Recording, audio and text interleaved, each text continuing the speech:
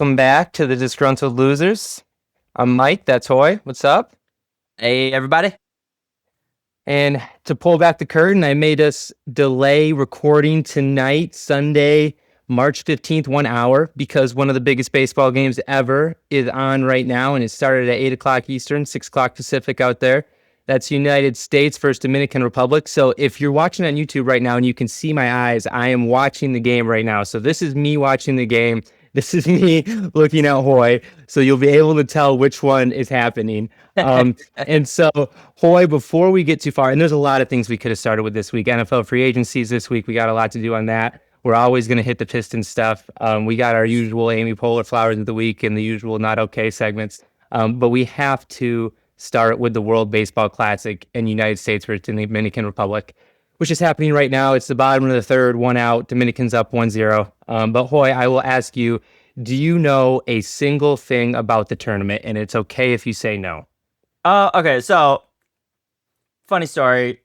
I think one of our previous episodes we talked about how streaming these shows are kind of hard, or streaming these gaming sporting events are kind of hard, and you have to like figure out, what service it's on, how to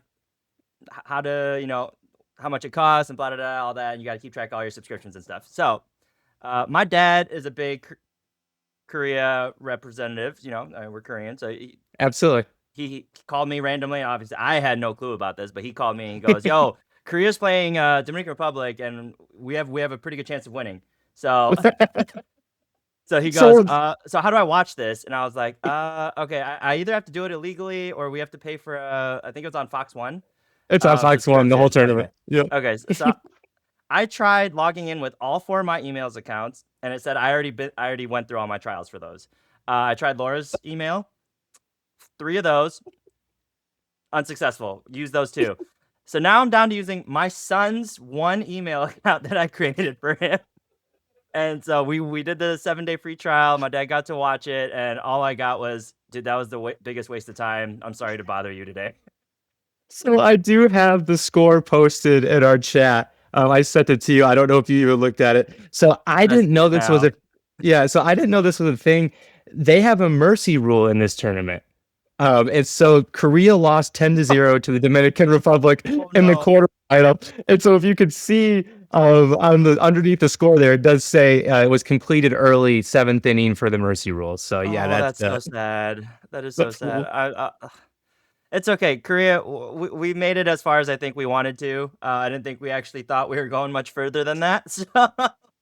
No, that's really impressive to make it out of group play for Korea. Even Korea is a baseball country, so it's not like they're nobody. So but yeah, that's what you want to be. It's like United States in the World Cup soccer. Like, we're happy when you make out of group play. That's you're happy, right?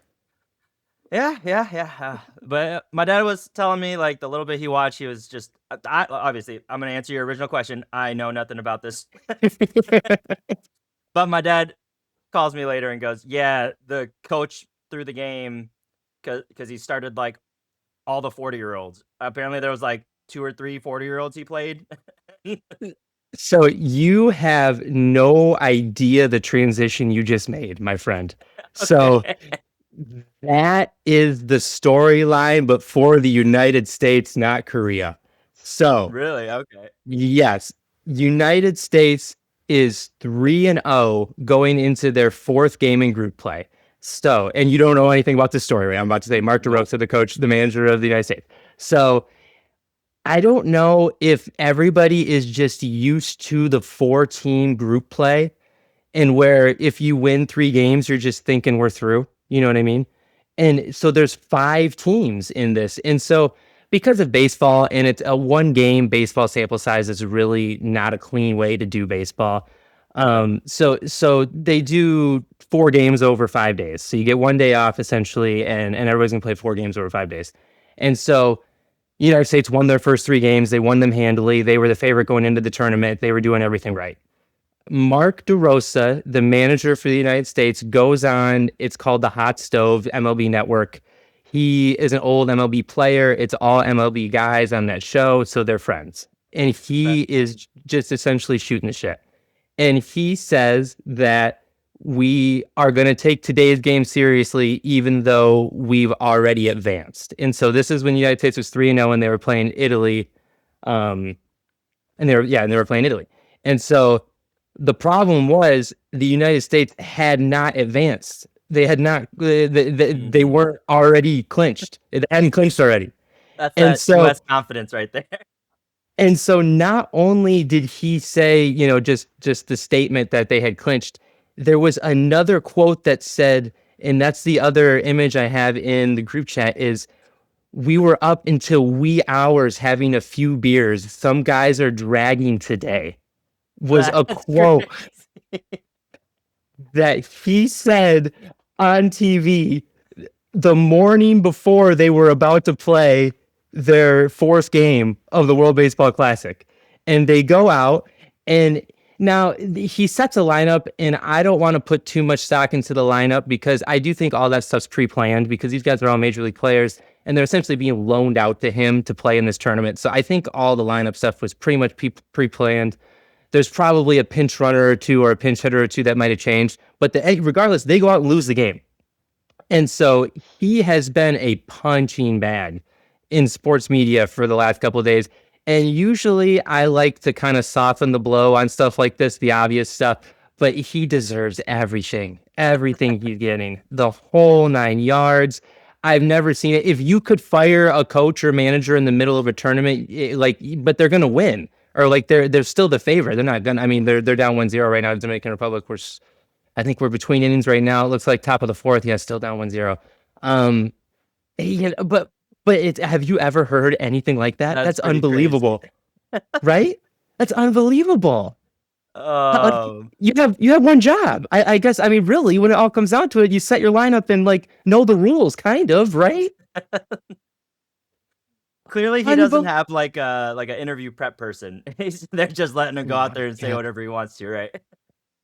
And it's funny, too, because I keep going back to we're playing the Dominican Republic right now, and their manager is Albert Pujols, the old St. Louis Cardinal great, and he has represented himself very well and is probably going to get a coaching job after this because of this tournament. And our man, Mark DeRosa, is doing the opposite, and that man won't sniff a dugout at AA ever anymore. Not a chance.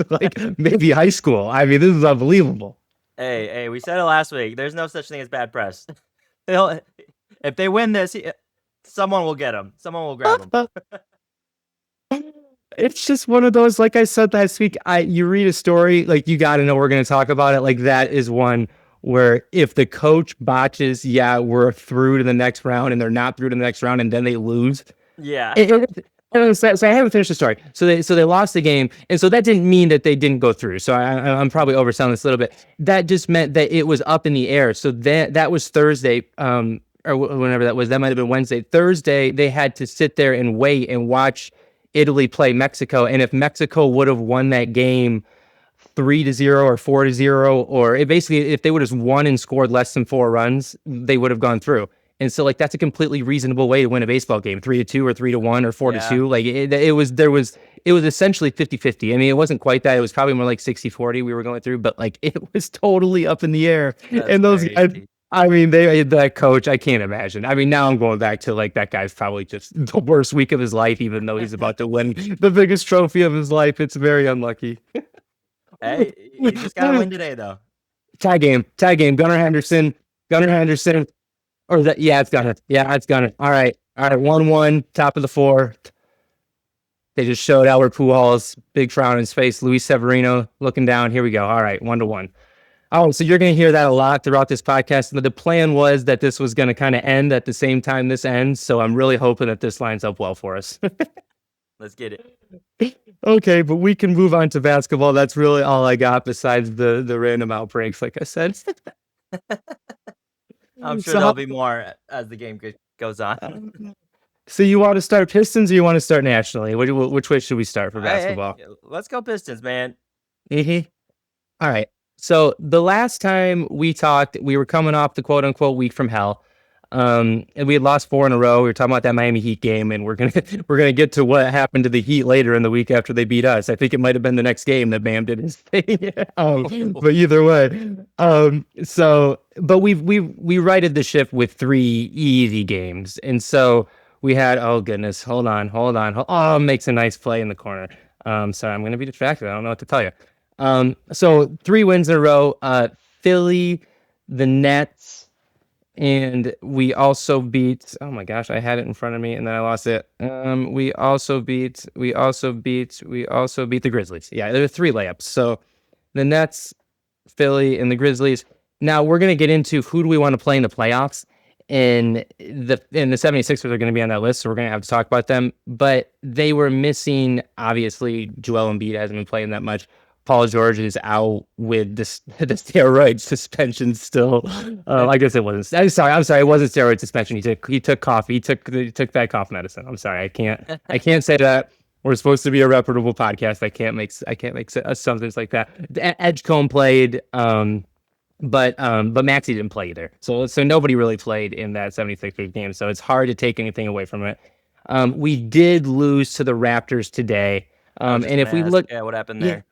Yeah, before we get to that, if you look at the standings, we will probably not be playing the Raptors in the playoffs just based off of they have the 6th seed, and I think they have it. They don't have it handedly, but I don't see the Heat passing them. So I guess I shouldn't go on and say we won't play the Raptors, but I doubt that they fall back all the way to 8, even when the play-in.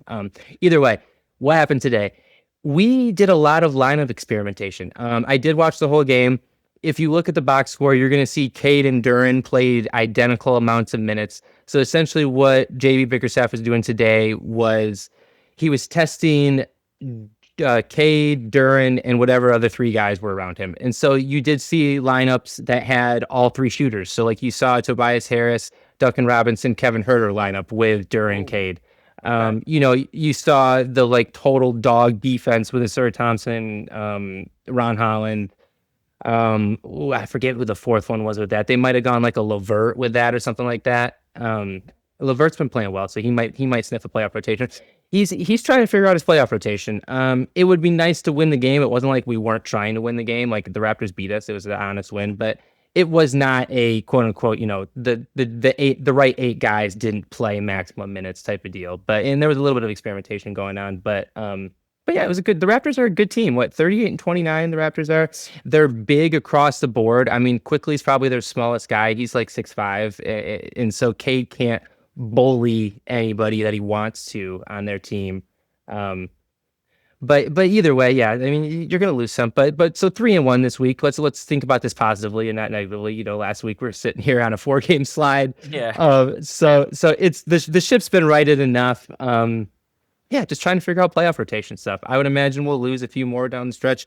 4-game lead over Boston right now in the Eastern Conference. I mean, I don't know what the odds are, but I would bet we're the heavy favorite to win the East still. Like, I don't think anybody thinks that Boston's going to catch us or the Knicks are 5.5 back. They're not going to catch us.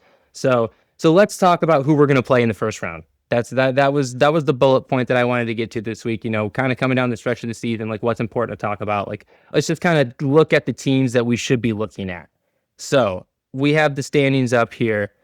Now, how the NBA playoffs work, now, just real quick, have you ever watched any of these play-in games? Are you familiar? Yeah. Okay. Are you familiar? So just for the national audience that we have, let's just make sure they know how the NBA playoffs work. Now, it's not a straight season ends and the number 1 seed will play the number 8 seed like it had been for a long time. They have what's called a play-in tournament. And so the 7th seed, the 8th seed, the 9th seed, and the 10th seed are what's in the play-in tournament. How it works is 9 will play 10 in one game, and 7 will play 8 in one game. And so the winner of the 7-8 game will become the 7 seed. The winner of the 9-10 game will play the loser of the 7-8 game. So if the standings stopped how they were right now, you'd have the Heat versus the 76ers at the 7 and the 8 spot. And the winner of that game would get the 7 seed. So if we just said the Heat won, they'd get the 7. And you'd have the Hawks and the Hornets right now are the 9th and the 10th seed. And so the Hawks and the Hornets would play each other. And the winner of that game would play the 76ers for the 8th seed. So essentially 76ers as the team that's ranked 8th right now would have to lose 2 games to drop out, or the Heat is the 7th seed would have to lose 2 games to drop out. And the same with the 9 or 10 seed, you have to win 2 games in a row to make it. And it does add a little excitement. And it's fun. The one, and it's kind of like they want to, home run, Roman Anthony, top of 4, 2-1 Dominican, or 2-1 USA or Dominican Republic. Here we go. All right, sorry. And so it does create excitement. The one game play-in. Even though the bottom of the East, the teams I just said are probably not bringing the national, NBA fans a lot of excitement. I don't think they're either going to be sitting on the edge of their seats watching Heat 76ers, and definitely not Hawks Hornets. And the West might have a little bit more fun in their playing games. I know they've had LeBron, they've had Curry. Every now and then a star like Durant might drop into the play-in this year. They'll have those guys, but for the most part, we just got to let's get to the real meat and potatoes here. But hey, so I don't know, because like the Heat were on the news this week, and then also we had the Malice at the Spectrum. So I mean, we got some of these teams that are like dogging it out late in the season here. So I don't know, that those play-ins might be just as interesting. So that's what I want to ask you. So let's leave the Raptors out of it. I guess we lost some say, but either way, I wanted to leave the Raptors out of it. I wanted to focus on Heat, 76ers, Hawks, Hornets. If you could choose one, let's go for entertainment purposes. Because there's an easy one there. I know you just said it. Yeah. It's got to be the Hornets, right? It's got to be the Hornets. We talked about it. Diabate, yeah. Duran clearly have history, and those two teams made some history this year. So that'll be a heck of a series. Yeah, and I like it too because number one, entertainment value. I like a good boxing match. And 2, I am not afraid of the Hornets at all. I know they're having a good year, and it is good for Charlotte. Like they've been bad for a while, just like Detroit. They've been down there with us, so I get it. But I'm not scared of the Hornets at all. Like let's make that matchup happen. And just going back up. So if I had to pick one of those 4 based off of not entertainment value, but who I actually want to play, I would say, man, we're just trying to give people Baltimore material now, but I would say the Hawks, actually. They don't, Jalen Johnson's a star, but I don't know if they have a star like in the playoffs you really trust to bring them home. They're still pretty young. I would probably feel pretty comfortable if we ran into the Hawks. Really any of those teams. Yeah, if you just go like 1 through 5 matching up, like Pistons probably just clear that board easy. Like real quick. Yeah. That's probably the truth. And so that was the next one, is like who is the one that you don't want to see of those. And I guess I don't know if there is one specific. A healthy 76ers, you kind of just don't want to see it, right? Just because they got a MVP caliber who's in Embiid, like anytime if he's healthy. I'm personally not the biggest fan of Paul George. He ever since he left Indy, like he's just been like his career's kind of just been dipping. So not too worried about him, but Maxey is a dog. Is a dog. You don't want to face him. He puts up for how quick he plays, like you don't like it all seems so effortless. Like he puts up a cool 30 like every time. So I don't know. They're kind of scary. The only thing about Paul George is, I don't know. He's probably going to be hungry, but he's probably going to be healthy. He's had 25 games off. He's been sitting at home, like I said, the suspension for not steroids, I guess. But he's going to be healthy. He's going to be, he'll be ready to roll. So that's the only thing that'll scare you. Is it's just, it's like LeBron in the bubble where he was just, his body was perfect and he didn't have anything else going on. And so it's like, Paul George is going to have 2 weeks to play. I think he comes back like March 25th. I was looking it up. And that's essentially like 2. He's got, he's probably going to have like 6 games left or something like that to get himself ready for the playoffs. So that might be just enough where he has a little shot going on. And he might have a little rhythm. I don't know. I just think since his injury, he's not in his indie form. Like he's never been back to his indie form. So I don't know. It's tough. Like I always want to root for him. I usually grab him in fantasy, but fantasy wise, that's he gets every stat category, right? That's what you like. Yeah. So We don't But talk much fantasy basketball, but yeah, we used to do it. I used to do it. I don't do it anymore. You still do fantasy basketball, don't you? this was the first year we didn't have enough guys, so we Oh, took a little darn hiatus it. here. A lot of people had kids, so they didn't feel like they could handle football and basketball this year. So, but hopefully we bring it back next year. It's always the funniest thing where you would just throw me the most random names when guys would have 2 weeks in the NBA, and you're like, "Is this a real guy? Like, is it?" I'm like, like I don't know, but he's getting 40 minutes for the Nets right now, so you might want to pick him up. Oh man. Oh, so let's move on for the Pistons and let's talk about the national side of the NBA. How about the big one for the week? I'm gonna let you kick this one off. I want to hear your thoughts. Let's You do it. obviously know. You know which one I'm talking about. Bam Adebayo. Let's Bam go. Adebayo putting up the 83? 83. 83. Yes, sir. 83 points this past week against the Washington Wizards. The Lizards. The Lizards. No. They've officially they don't win anymore, so there's no more W's. They've been no switched with L's. No W's, only L's. That's Tim McMahon of ESPN. That's been his thing for a while now. I like that. Yeah, so the Lizards. Go ahead, though. I'm sorry. Oh, but just I don't even know where to begin with this because it's like The first quarter. Begin in the first quarter. I think that's fair. I think that's got to be fair. It's a 30 something point first quarter, right? yeah, and he ended the first half with like 43 and Mhm. they were actually playing. It was good basketball up until then. Even through the first three. Very good basketball. I think what did he put Mhm. up like 70 at the end of the third? Yeah, there was it something close. 70, Yeah, in the 72 or something 60s. like that. He what it was he got to 70 while the basketball was reasonable. It is really, if you were going to just draw a line in the sand, which is what we're going to talk about, is when it became not quote unquote reasonable basketball. He had 70. Yeah. So there's a point. I think people are saying it was unethical basketball. There you go. Is what people are saying with like 2 minutes left, 3 minutes left, right? Yep. The Heat were they were basically hack-a-shacking, but they were up 40. They were up 40. They were up like 35, 40 points, and they were hack-a-shacking just to stop the clock and give Bam the ball. They were missing free throws intentionally, and at a certain point, it looked like the Wizards were in on it too. They're like, "Hey, let's just foul him too." Oh gosh, so Let's that's give the it to worst. him. They were back and forth where the defense is so bad on the Lizards, like it's so bad that, so you look at the 44 free throw attempts, like that's the first thing you look at. It was 43 or 44, whatever it was, Yep. and you just say gross. Like that's everybody's first response to that many free throw attempts. It's just gross. But if you watch them, they're mostly there. Like you could probably handpick like, 2 or 3 of them, so maybe 5 or 6 of the attempts, but I mean they're pretty much all there.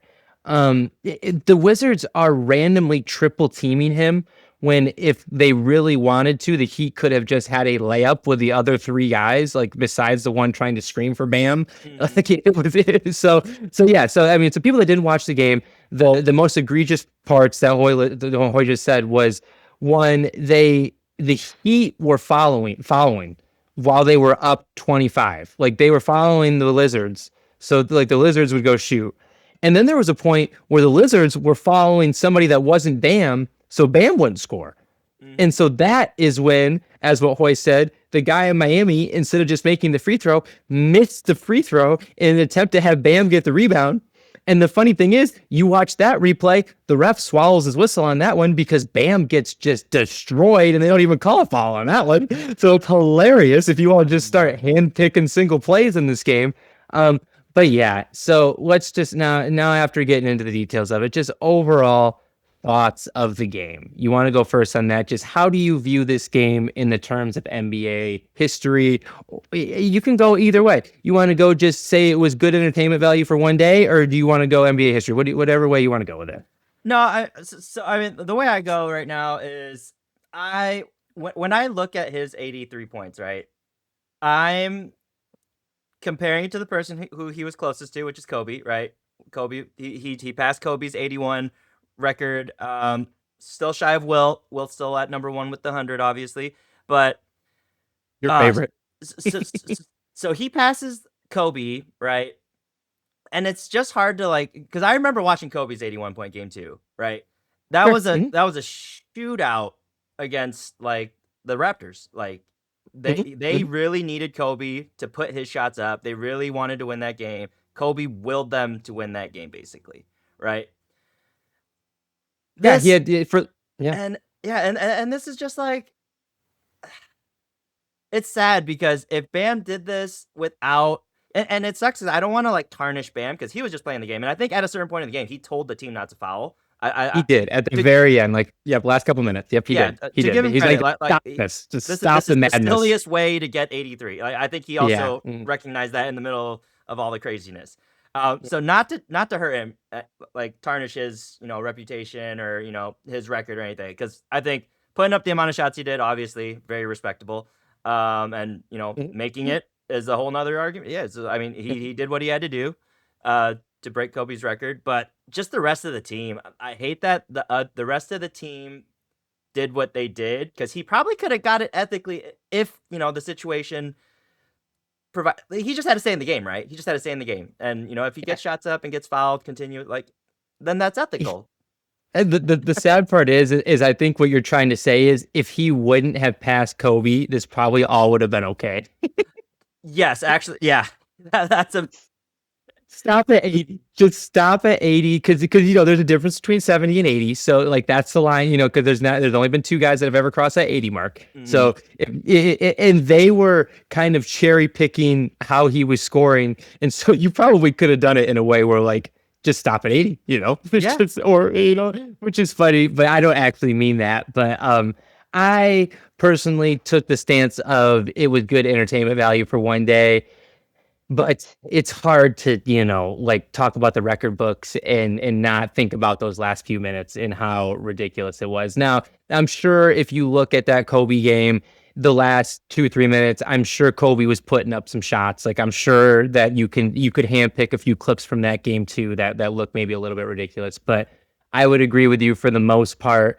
Kobe's game is gonna look at it's gonna be ethical. And this one we're describing is not ethical. So we don't need to sit on it for too much longer. But it was good. It was a talking point. It was the biggest talking point, besides my boy Mark DeRosa not knowing if the team advanced or not. This was probably the biggest talking point in sports all week. And yeah, I just love all the side commentary though, like the little jabs. Because I mean, you could tell the NBA even is divided. Like there are the people who don't want to get too far into it, and they're just like playing the safe side and talking about, oh, like, yeah, dude, you guys don't understand how hard it is to throw that many shots up and make them on an efficient level, which I would argue the efficient part, but that we'll leave that for other people to judge.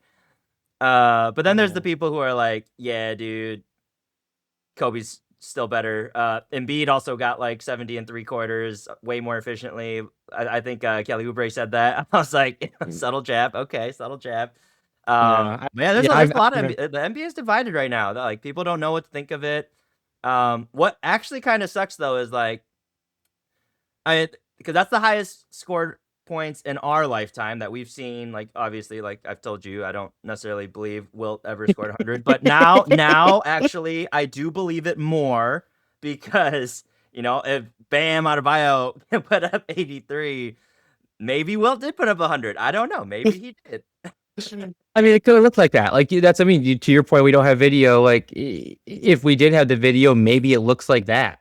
You know what I mean? Yeah. Like maybe the team he didn't have that many free throws. I think it was about half. We have the box score of that game. That's the only thing we have from that Wilt game. And it's not that many free throws though. He doesn't have the 43 or 44 that Bam had.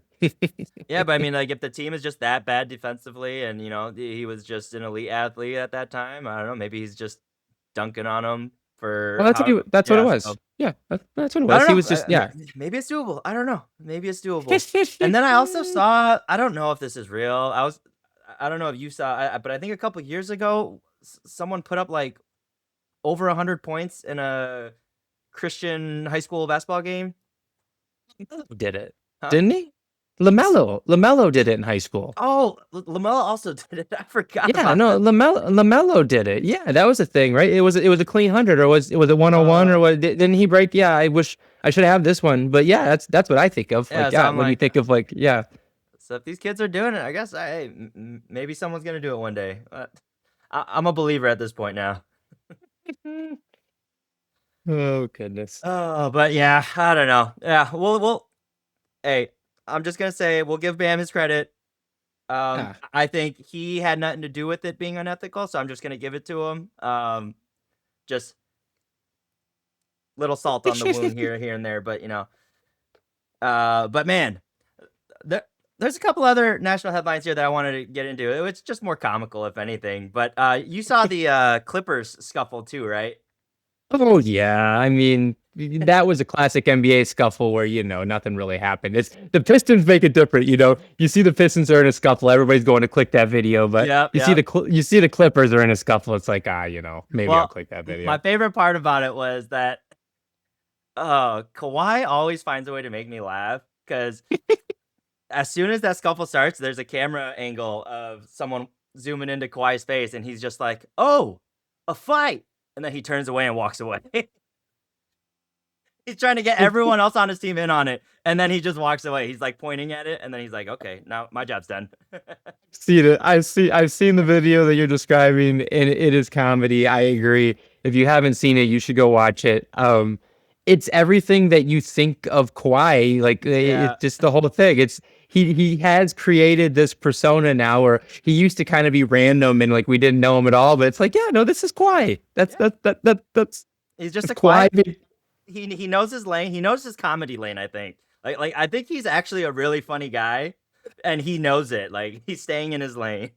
Well, he said that he's a self-proclaimed funny guy. Like that was in the big interview that went viral, whatever, 5-6 years ago. Yeah, I'm a He fun said, guy. I'm a funny guy. Yeah, that was funny. Good. That was a good one. Good old No. Kawhi. Then there was also this week one of the most disrespectful like I know. I saw this. stare I know what you're gonna downs say. and and it comes from is it Dejounte or Duante? I don't know if that J is No, like a silent like a Juan type of situation or is it Dejounte? you got it right, Dejounte. You Oh, got it okay, right. okay. I don't know. Sometimes you don't know which way these names go. But Dejounte Murray breaks this dude's ankles. I don't even know the dude's name because like Oh, it he's was clearly a bench player, but yeah, just he gets somebody dropped to doesn't the matter. floor, and Dejounte Murray just steps over him and is just staring down and screaming at him, dude. I love it. I think it's the funniest thing. And he goes to social media after the game and says, "I found my joy again," is his quote. That's what he tweeted with the picture. He tweets the picture and said, "I Oh, found my joy again."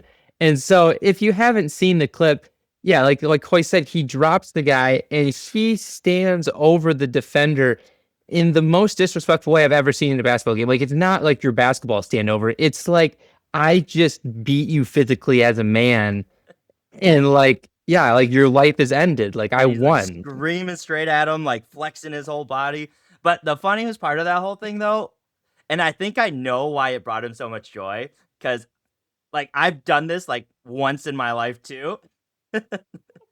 But when you see like the fear of God in someone's like face, like when they know they've gotten their ankles broken, right? And they just stare up at you like, all right, yeah, dude, that was good. I can see why he was so excited to play. And you know what? Honestly, I love those moments when like guys look like they're having some fun out there. Like I watch a lot of pickup basketball too, and when guys can trash talk and get into it a little bit, it just brings the game out a little bit more. I mean, so can we get a free swing? Like, can that guy just get can he swing on Murray and not get in trouble? Or maybe, just 1 game suspension? Like that's what we need, because I that's think he not should be fair. allowed to. Yeah. That's what I'm trying to say. Like this, It I mean, should be like hockey, where like you get a couple swings in until someone hits the floor. you can't do that. Like to everybody's point, like with the fans yelling at the players, like, "Oh, if somebody said that to me on the street, you would never say that to me on the street." Like, you can't do that to somebody on the street and not expect that guy to just fight you immediately. Like it's unbelievable. Like he's disrespecting him as a man. That's what I was saying. Like it's not a basket. We've gone past basketball. Like this just needs to happen. Like yeah, we should look this guy's name up because I'm sure that people are gonna want to put him in boxing matches now.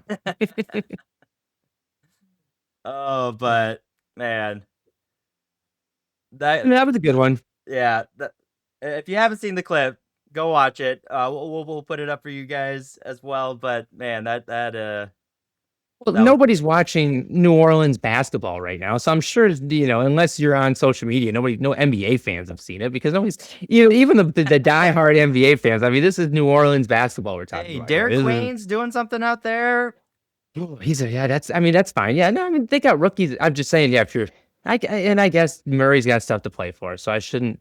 Everybody's got the next contract to play for. So Hey, I and don't. who knows? Like, if they're one of the teams that moved to the East during the expansion, like, No, man, no, you're right. We're 2 years away from them being in the East, and let's go. All bets, fall poker chips are to the center. yeah, they might be Oh, fighting for a man. top seed there. So we'll see. See what happens there. Oh no. Okay, follow. So bottom of the fourth, USA is up 2-1 over the Dominican Republic. 2 outs. Dominican Republic has the bases loaded. Skenes just hit. I think it was. I couldn't tell if it was Tatis or who it was. He just hit somebody on the hand. Oh no. 1-2 count. Catcher Wells up. So this is the best hitter. Okay, this is. I mean, the worst hitter for them. It's the best situation for us. Oh no. Okay, so we need to move on to NFL free agency and how it affects fantasy, but I am distracted at the moment. Okay, but we got to do it. So we got to move on. So let's talk NFL, let's talk free agency, and let's talk more how it affects fantasy. And so what I like to look at, as far as, I always say, a lot of the attention to the NFL this time of year is because of dynasty fantasy football, because guys got their teams already. And so you're looking at guys on your team that are going to be playing for another team next year. So, for example, I got Wan'Dale Robinson on a couple teams. We're not going to talk about him in a second because he's pretty much unaffected. He had 140 targets last year, and he'll probably get another 140 targets this year, going from the Giants to the Titans. But just you'll see guys on your team. One that we probably will get into is David Montgomery, who goes from the Lions backup running back to probably the starter in Houston, and Skenes just got out of the jam. Okay, good. We're alive. Okay, so USA is still up 2-1 at the end of the fourth inning, going into the fifth inning. Okay, here we go. So either way, David Montgomery, Houston Texans running back, in a much better situation now. So if you have him on your dynasty team, you're like, oh, hell yeah, I'm rolling now. I went from a backup running back to a starting running back. Life's good. So what I want to do is let's do a draft style, and I'll start us off, and we're going to draft. Let's stay positive, but if you just want to throw a curveball and go negative, I said biggest fantasy risers, but if you just want to do a fall or two, we can do that as well. But I'm going to kick us off.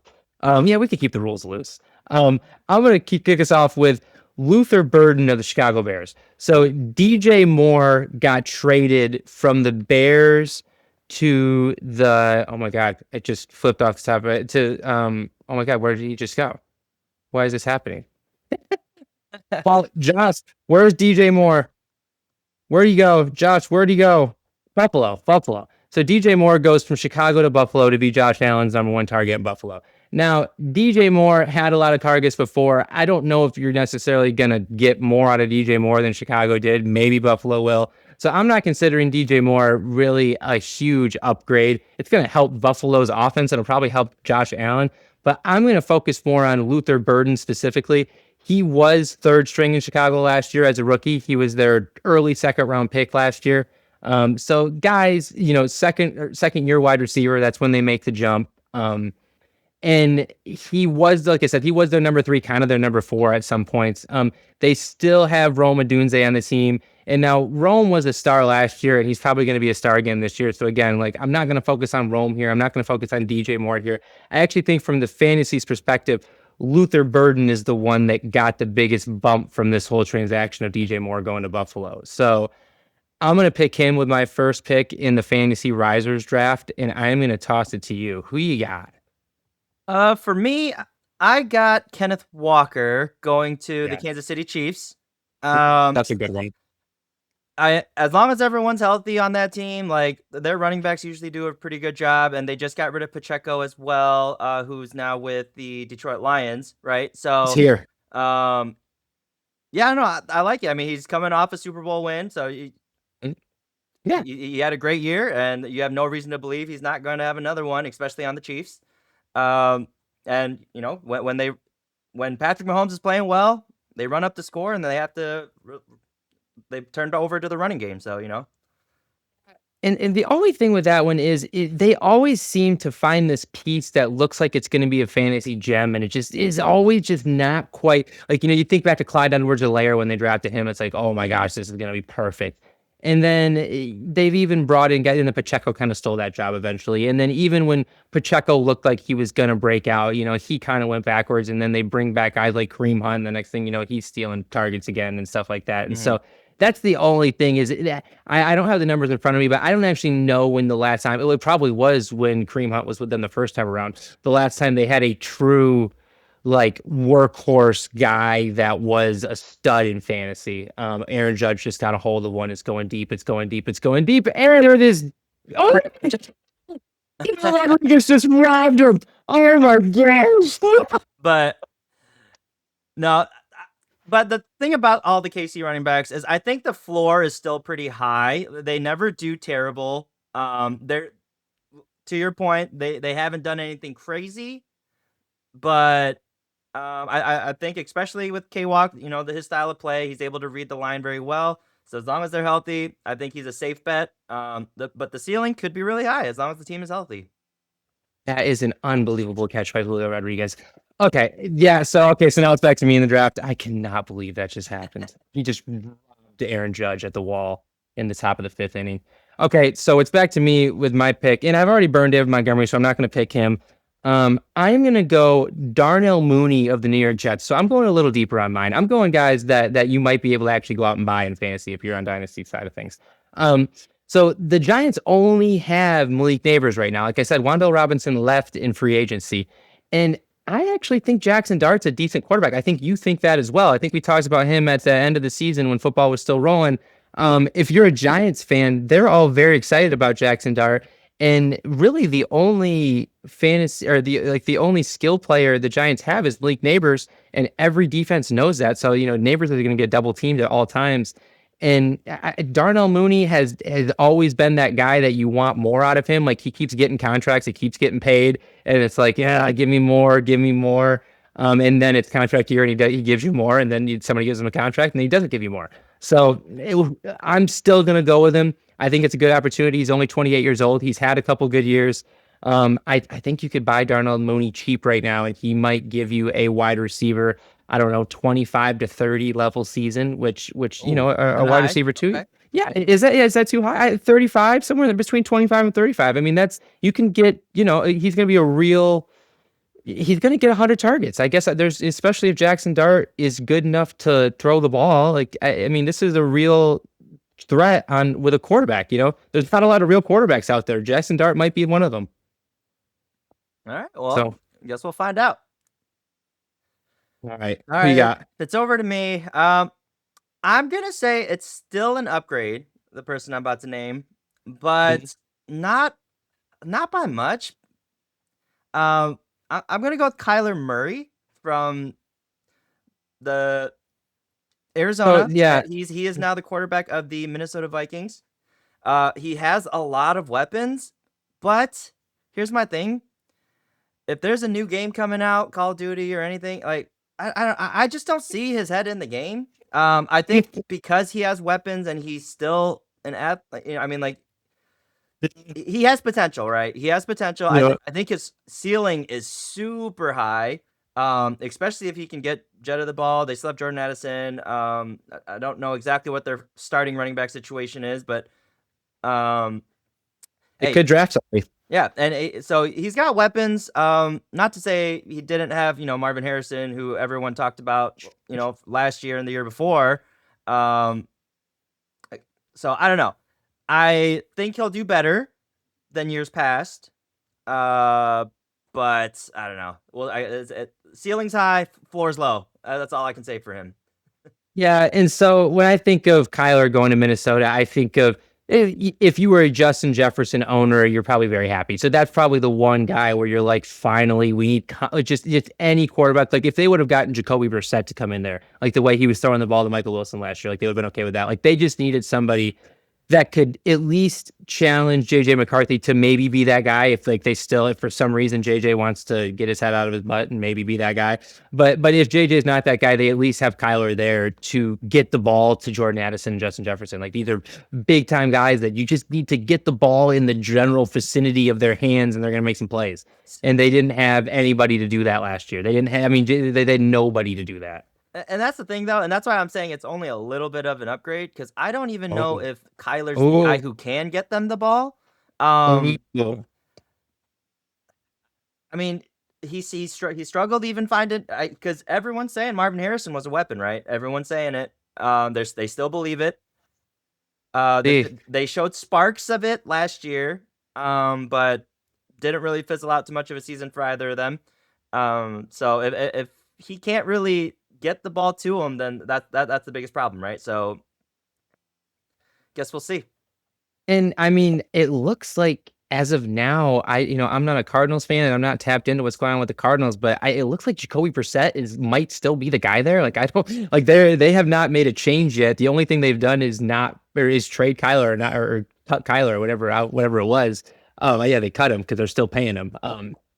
So I guess, but to your point, Marvin Harrison and Michael Wilson played a heck of a lot better under Brissett than they did Murray. So I think that's kind of what you're saying is that they, it's pretty similar to Jefferson Addison is Harrison, Michael Wilson. So like, I guess we'll see.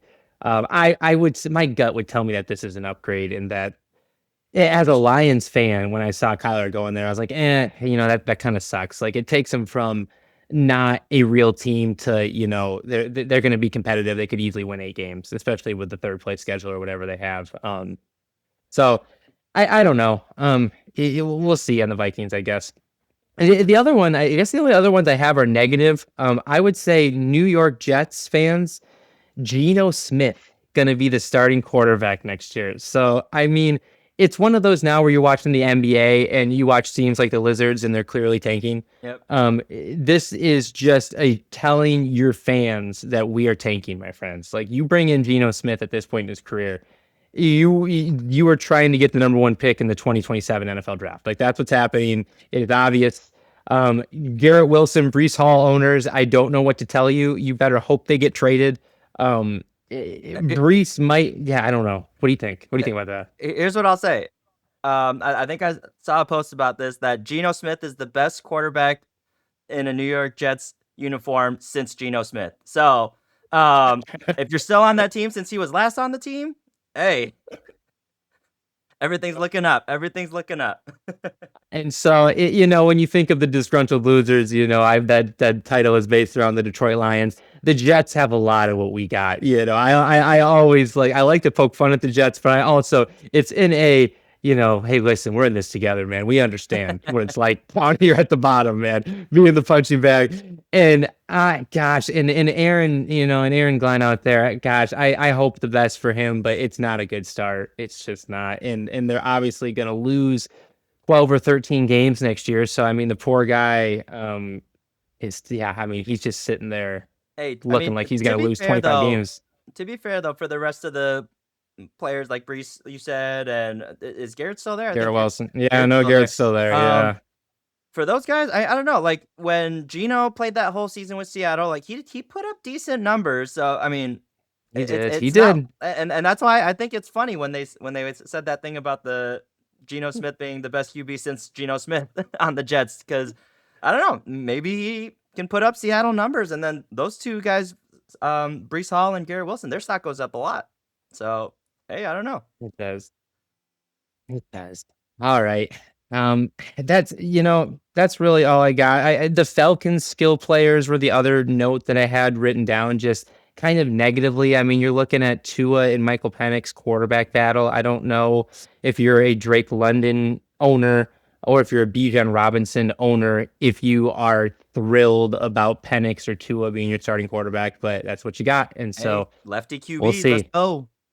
And so that's funny. I saw that. I thought about that too. I was like, well, at least that was the first thing I thought of when I saw they got 2. I was like, well, at least they got both the lefties in the league. Like, you got the only 2 lefties in the whole league, essentially. Oh, I thought that was hilarious.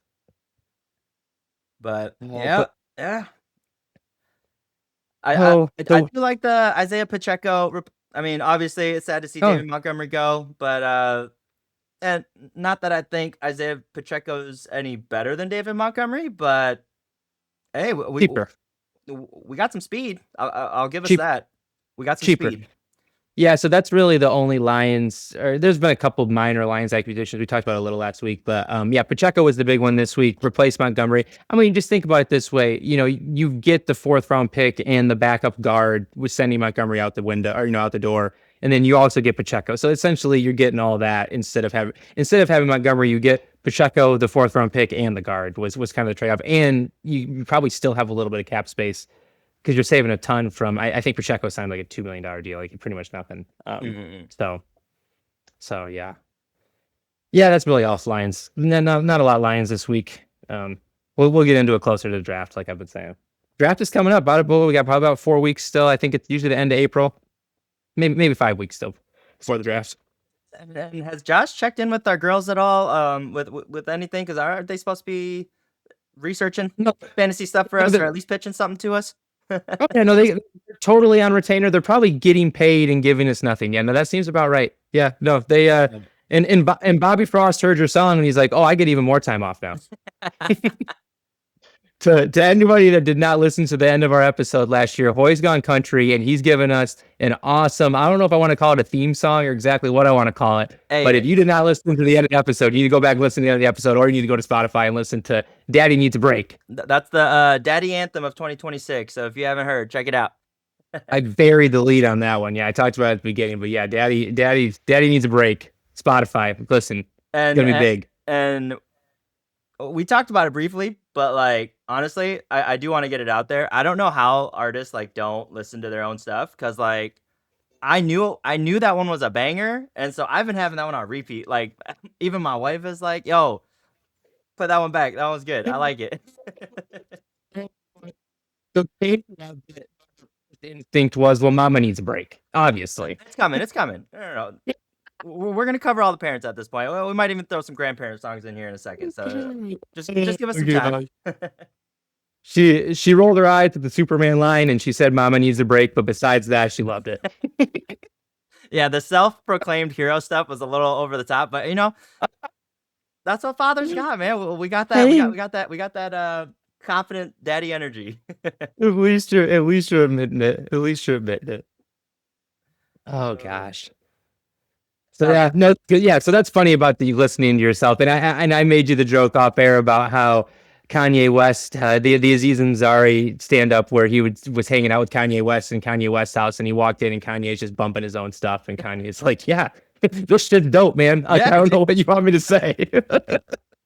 My Spotify rap from last year is just me, so I'm cool with it. I'm cool. Says we'll have to have somebody, a psychologist or a psychiatrist or whoever actually diagnoses that stuff. Whatever. I'm not sure what that says about you or not. Is that narcissism or like just straight out conceitedness? I was gonna say the same thing. It seems like the definition of narcissism, but I could be wrong. I don't know. I'd have to look at that one. Gosh.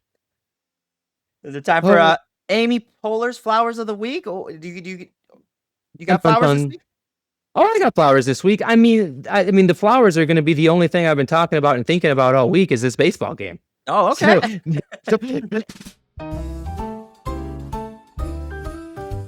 Amy Poehler's Flowers of the Week. Amy Poehler Flowers of the Week go to Paul Skenes, who's starting the game right now for the USA. Number one, was on my celebrity team, him and Livvy Dunne, which was one of my only good picks. I've struggled on our draft so far. We'll see if my fantasy picks worked out. My cartoon basketball team did not work out. But Paul Skenes, just the fact that, so Tarek Skubal for the Tigers pitched the one game for Team USA, and I'm not going to rag on Skubal for not sticking around and pitching more. So what happened was Skubal pitched the one game, and essentially there was a big amount of pitchers that said, we'll pitch the beginning part of the tournament, and then they brought in another group of pitchers to pitch the end of the tournament. So actually, Will Vest of the Tigers, if you're a Tigers fan and listen to this, is currently on Team USA, and we might see him tonight. But Skubal is not there anymore. But Paul Skenes of the Pittsburgh Pirates is still there, and he is the second best pitcher in the world. Some people would consider him the best pitcher in the world, but I'm going to go with school balls. So, but either way, he's still there, and he's given the United States a second start, and he's actually on 71 pitches right now in the bottom of the fifth inning. They're going to probably get him here soon. Dominican's got two guys on, one out. Goodness, I got this inning. But either way, he started his college baseball career at the Naval Academy, pitching for them, and was so good that he had to transfer to LSU just because, he was going to get drafted number 1 in MLB baseball, and just going to LSU is going to help you do that more than staying at the Naval Academy. But that decision always gutted him to leave and go to a bigger college like that to help his baseball career. So when the opportunity came up for him to pitch for Team USA, he obviously jumped at it, and he has been one of the he's a star, and it's easy for the hitters to come in and stick around the whole time because they're just seeing pitching and they're getting better. But the pitchers kind of have a rhythm and routine that they get in all year. It's a long year for them. It's harder on their bodies. They get hurt a little bit more. And so for him to kind of put his body on the line a little bit, I know he's young, but I just want to give him his flowers. He deserves a little bit of flowers for being the guy to stick around. He's the ace of the pitching staff. This has been a fun tournament. It's been good for baseball. It's been fun for all our baseball fans. And so just got to give it up to Paul Skenes for hanging around for Team USA, getting 2 good starts. He deserves his flowers. And his girlfriend just signed up to be the next Baywatch model. And so I don't know if that's a good week for him. Like, is that good or bad? Like, you tell me if your girl is in Baywatch, like that, you're good. That helps you a little bit. I don't know. Hey, a movie's a movie. A job's a job. A movie's a movie. A job's a job. Execute it. Just be proud of your girl. Because the rest of the world will be. Oh, she's cute, and Livvy is cute. Like she rocks that cuteness. Like that's what she goes for. Like more than anything. And so they're gonna try to ride that out with Baywatch. We'll see. I don't know if it's a movie or a show or just a promotional ad. I'm not exactly sure. Or if she's out there actually being a lifeguard. I'm actually not sure. Oh gosh. So you got anything for us for Not Okay this week? That's not okay. Oh, yes, I do. Yes, I do. So I have an issue with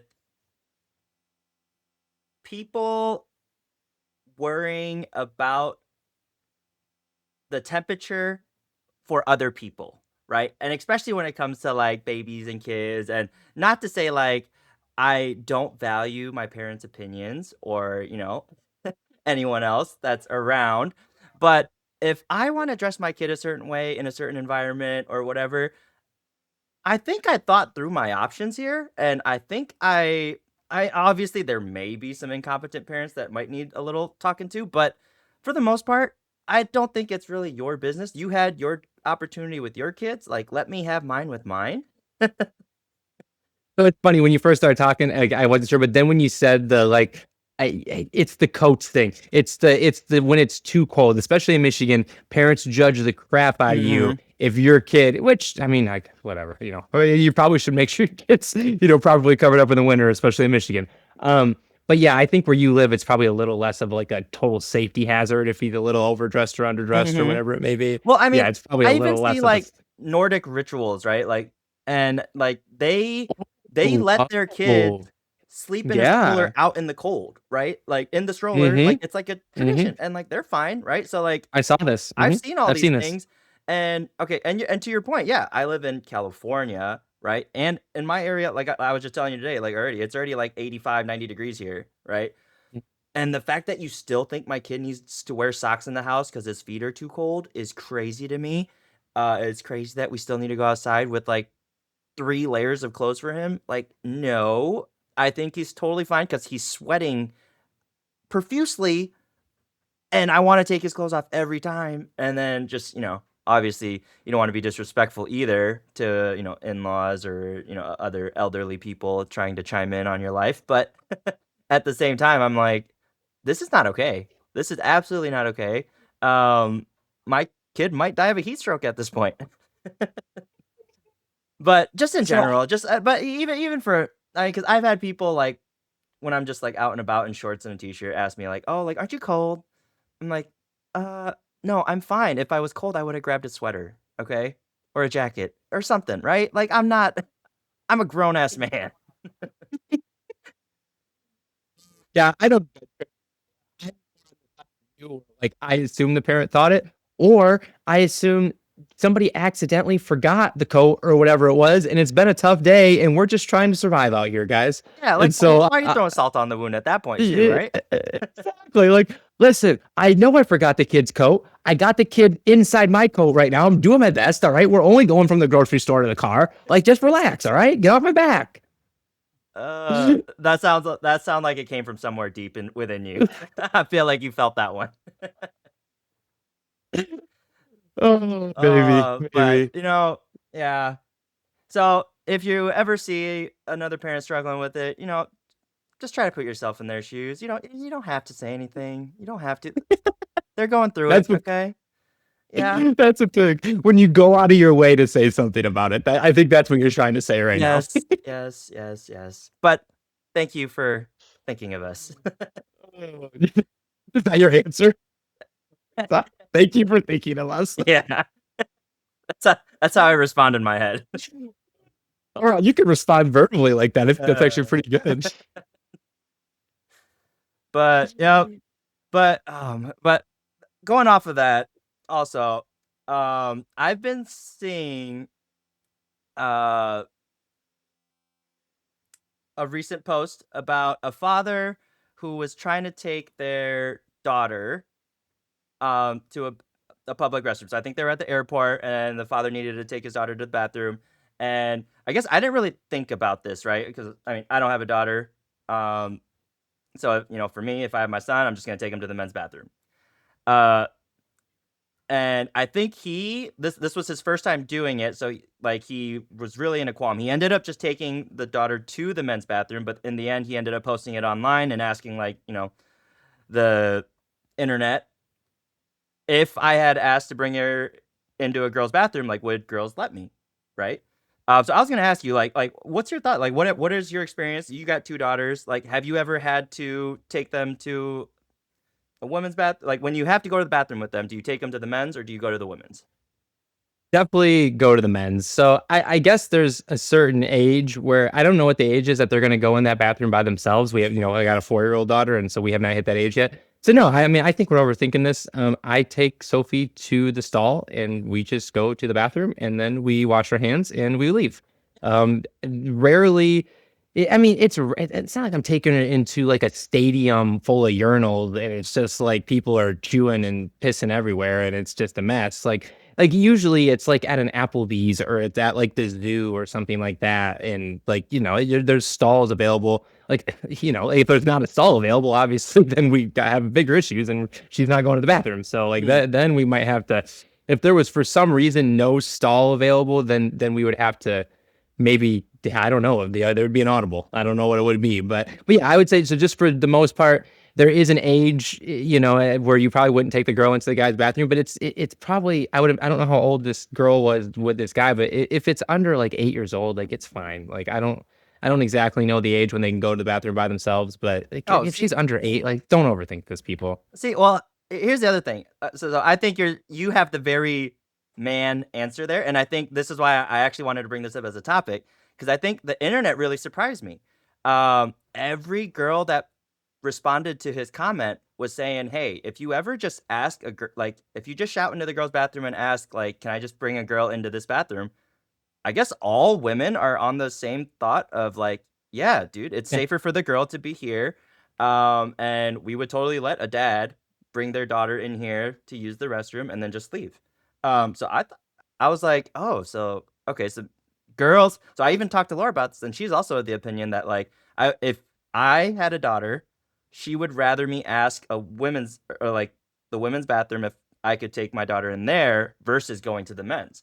So, and I was like, oh, really? I did not put that. I never thought that way. So I was like, maybe the internet should know this, like, or maybe you and I should know this as fathers, and like that the women actually see this the other way.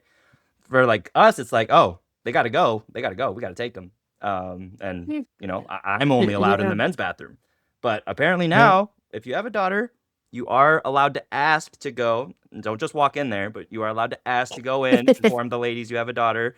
And I guess a vast majority of them are on the same page of, yeah, just like as long as you ask and we tell you it's okay, it's okay. Yeah, I mean, I see that. I think of when you first started talking, like I think of like European style bathrooms, and it's a lot less of a divide between man and women, and like there's a lot of like more shared neutral bathrooms, and Mhm. so like that would they take a lot of like the sex part out of going to the bathroom.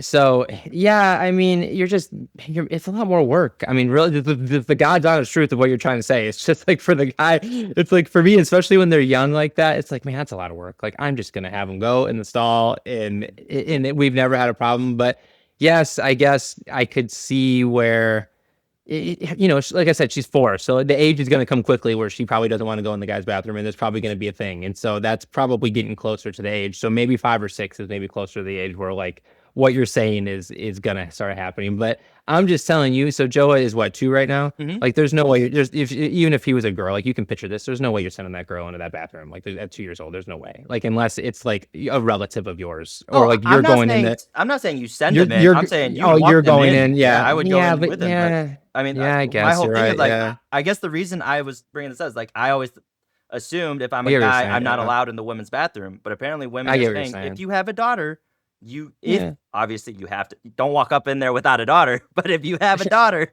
you can ask and you can bring them into the women's bathroom and you can let them go potty there. Yeah, all right. So Yep. hey, to all the men out there with daughters, I guess that's something to know. I did not know that before today, and I didn't think the world would lean that way, but I guess that's what they're saying. So, Well, food that's for thought. good. That was a good topic. That was Yeah. good. Yeah, Um, I get. Yeah, I'm with you. I don't then love it, it, but then it I'm got with a you. little deeper. Obviously, I always go too far in the comments, you know me. But Oh no. then it also got into the family bathroom situation because now that information is out there, they're also saying family bathroom should be for the parents who have kids of the opposite sexes, right? So like if I have a son, I Oh should I gosh, should just take him really? to the men's bathroom instead of the family bathroom. And I was like, I think the Oh, family get out bathroom of is here. also meant for just For everyone with families. kids. Yeah, anyone with kids. Yeah. So, uh, Yeah. No. but I was like, Yeah. some people take these comments too far. But I love them. I love the comment section. You can't watch any post without going to the comment section. Oh really? But yeah, a little bit on that note though. Still, so little story time. I think this past week, was the first time that I had to give Joah a little scolding, right? And Oh. yeah, and he's only 2, so like I don't even know if the message Mhm. went across. But basically, Joah was having a little tantrum because we didn't let him have. He saw some chocolate and he wanted to eat it, and we're not giving him chocolate Hey, yet. yeah, they do. And he started like hitting my wife and like Sure. smacking her arm and stuff, and like trying to push her. And so I took him aside and was like, "No, no, you're not supposed to hit people." Blah blah blah. I went through the whole spiel, and then I made him say sorry. But then I was like, "Do kids at this age even like?" understand what you're teaching? Like, when did you start seeing? Because I'm sure you've had to do some scolding as well. Um, Oh gosh. like, Of course. at what point do you kind of notice that they're actually registering it and they're like not doing it? Because like for right now, like when we tell Joe to not do something, he's like, "Can I do it? Can I test it? Can I test it? Can I test it?" So Katie's gonna tell you, the people that do all the research, like my wife does, are gonna tell you, you just got to start young, trying to install, to have your speech ready of like you're saying, you got to say sorry after you do stuff like that, blah blah blah, and you just have to be committed to doing it over and over and over again. Basically, starting at Joe's age and just never stopping. And so, like, yeah, you've started and you never stop now, and you just do it until it clicks, essentially, and it's tough. It's because a lot of times it doesn't click and you just but then it's amazing when it does because you don't even know when it's gonna click, and then when it does click it's like, oh my god, then you just start crying. I see. Okay, okay. But yeah, I mean, Maddie is pretty much Joe's age, so she's a couple months older. Yeah, she's but she says sorry like without any emotion now. She just says it because she knows when she does something wrong that's the word you're supposed to say. I don't know if It's she like thank knows you and that you're that- welcome. Exactly. That's a perfect example. She says sorry exactly like thank you and you're welcome. Like with no, like it's just what you're supposed to say. Like she'll smack Sophie in the face and then we'll be like, Maddie, you're not supposed to do that. She'll be like, oh, sorry. And then just go about her. Yeah. Yeah. And then it's just on to the next. There's not like but then when it's Sophie though, so the 4-year-old, like if she were to do that when we were like, Sophie, no, say you're sorry, then she would obviously start crying because she would be overcome with emotion and understand what she did that was wrong. And so, but yeah, no, it's just like, yeah, on to the next. Yeah, and like with Joah's like hitting thing, like my biggest thing right now is like he's a boy. I don't know where to draw the line right now with like, oh, like it's cool to roughhouse a little and like cause like when I start roughhousing with him and I let him like jab me and I jab him back a little bit, and we do that, like is that counterintuitive with the message we're trying to give? Like we're saying don't hit people or don't do stuff, and then I turn around and I'm like throwing him on the ground and like smacking and like playing wrestling Gonna have with to him a little learn. bit. Like you have to learn. Everybody learns. Like he'll eventually learn the difference between that and what you can do at school and what you can do at home and what you can do. And sometimes that's different. Sometimes that's not different. But yeah, I mean, we even with the girls, like we roughhouse a little bit. Yeah, and they hit each other a little bit, and we tell them no. But when it's funny, it's funny. That's what I'm trying to draw the line. Is like you got to know the line between comedy and you're going a little too far. So, but I'm sure he'll pick it up. When it comes to like punishments or just reinforcing stuff in the house, like do you guys do like a good cop bad cop approach? United Nations, like what have you seen work, not work? The second, the second one, it's got to be united. Well, that's and again, that's what my wife is somebody who reads all the books and does all the research. I have been told that is the only way to do it. So we are a united the front. UN. Yeah, you were forced to the UN. It's a united front, actually. So it's a UF. We're a UF. We are united front. You're not united. You're not united in the back, but in the front. There's a straight line across. I see. Okay. That was pretty good. That's a typical marriage, I assume. You pick and choose your battles, and I saw no reason to pick a battle there. Yeah. I'm starting to see it that way, and I think it's crazy because like there's certain things you just don't know like until you have a kid, and then it's like new. It's just like a new. Oh yeah, you become new countries. you're a new country joining this UN. Oh yeah, I mean, well, because there's actual war. Like before, like there, like if you actually had war with your life before, before kids, then like that's a serious problem. Yeah, you were Switzerland. Yeah. Now you need to be on the same team. Like it's just you can fight sometimes, but there's also constant pressure from 2 other countries or one or however many kids you have, like attacking you from all fronts. This is a crazy topic, just with the state of the world we're in right now, but we're gonna keep it right there. Let's leave that right there, and get into the last part of Dad Talk here. So I don't know if you sniffed this out a week or 2 ago, but officially, I think we are allowed to say now we are expecting. My gosh, no, I did not sniff that out. Not at all. So when you were saying you were trying, did you already know? Because you made that comment on the pod that you were trying, and I was like, "Whoa, bro, you shouldn't like say you're trying. Like, what if it doesn't work?" Oh yeah. I knew right around then. Like that's bold. I think that episode was actually when the week I found out. So yeah, sounds about right. Right. My gosh. So gosh, I guess we're talking about it, so we're gonna talk about it. Are we allowed to give weeks roughly? Like where are we at weeks? I think yesterday is roughly the start of the second trimester now. So I think in about 12 weeks or 2 here we'll find out the gender. And yeah.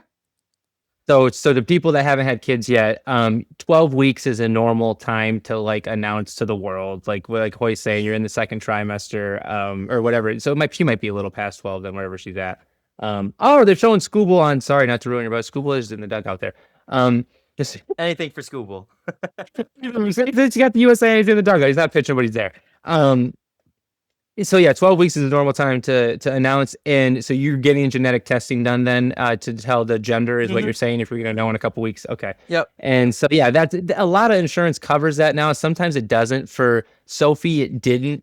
So we didn't do it, and then for some reason we just didn't do it for Maddie as well. So we'd have to look at that if we have another one. So we for gender we always had to wait till it's like 22 weeks or something like that before the gender. If you just wait, for the ultrasound to come and they see if there's a little dingling there, if there's not a little dingling there. But congratulations, man. Yeah, That's so you. cool. What a journey. It's gonna be a fun journey.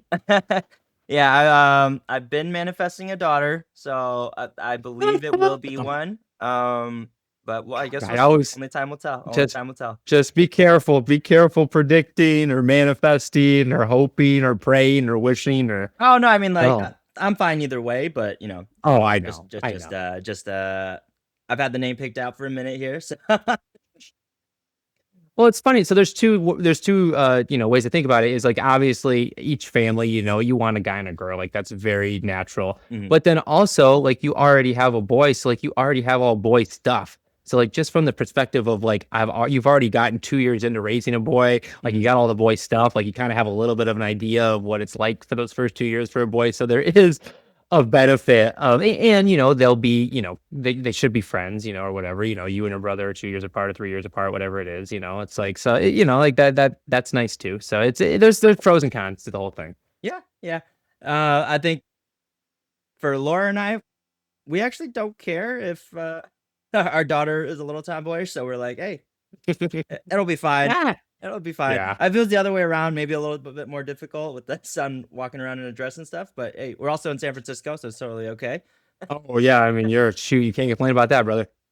But yeah, no, I'm excited. So I think it'll be a September baby at this time. So we'll see what episode we're on at that point in time. But so Laura will be fake drinking at the wedding then. Yeah, so she'll be she won't be showing, so she'll be a lot of fun still. Second trimester, she'll be still having fun then. Yeah, so what sucks is like she was asked to be a bridesmaid, but she had to back out, unfortunately, because she didn't want to, ruin the party. And it's funny too, women get so up in arms about that. This is going to be a topic but yeah, just like when their bridesmaids get pregnant or like if they back out because they're pregnant, it's just like just let the pregnant women do what the pregnant women want to do. Like let's just if they say something, just let them do it. Like I say, when you start picking choosing your battles when your wife's pregnant, you pick a lot less battles. Tell you that one for free. No, and I think Laura like probably would have done it because her first pregnancy went really smooth. Like she didn't have much morning sickness, any nausea. She wasn't throwing up or doing anything. No, but right now she's going through it. Like this first trimester has been really rough, and that's why she was like,